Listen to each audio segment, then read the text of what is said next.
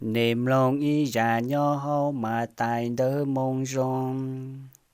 Thảo mùa in đủ, ràn rúa plì. Mùn tua trồng si nhỏ hậu tế trời suốt bùa dù đà.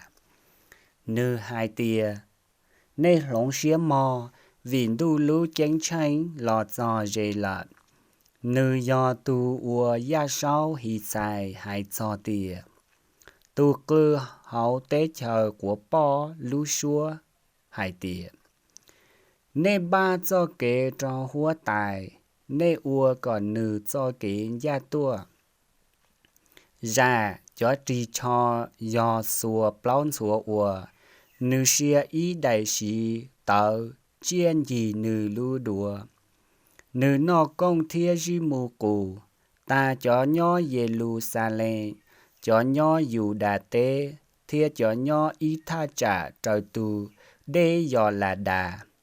Bố lên tua chùa giả.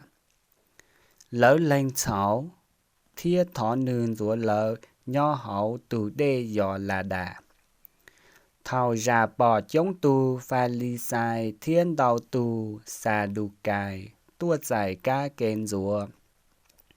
Nư hai trâu lỡ tìa, cha chê ná mua tàu, lên từ khía nê khía, còn nê đìn đờ đu cho kế bầu tờ. Ủa tua yuột giò, nê cả chi gì ý cho gì chỉ nhỏ tu nênh lông xe. Nê cho khá trâu ruột xe tìa, bê mua hàm là hà ua bê gì.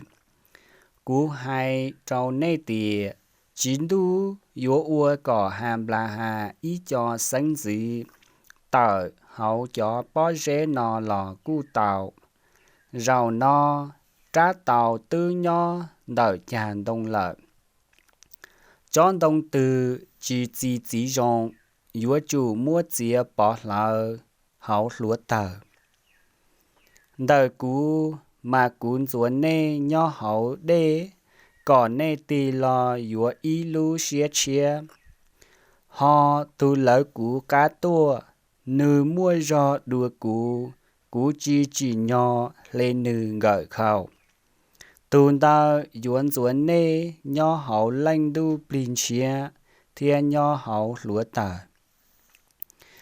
Nư chai tê tùa trở y lưu va, nư yuan rùa nư lưu trà đầu lê. Nư yuan giờ, chóm lê con cho hậu xa, họ chóm lùa, nư yuan mua, lợi hậu cho lúa tờ chỉ chơi tùa. Do hua tai Giê-xu lưu mong rong.